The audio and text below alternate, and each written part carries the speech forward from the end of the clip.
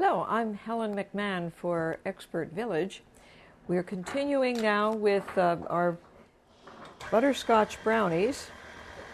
And here we've put the ingredients: 1 stick of butter, 2 cups of light brown sugar, and it should be very fresh and fully packed.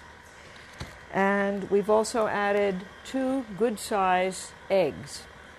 And that's continuing to mix.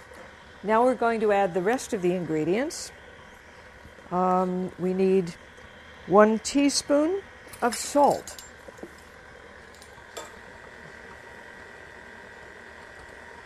It should be right up to level, and you can add that slowly as the mixer is going around. You also need some baking powder. This will be the leavening agent that will allow the brownies to rise and to have a nice consistency. It's a good idea to have a straight area so that you can measure the baking powder just as it comes out of the can.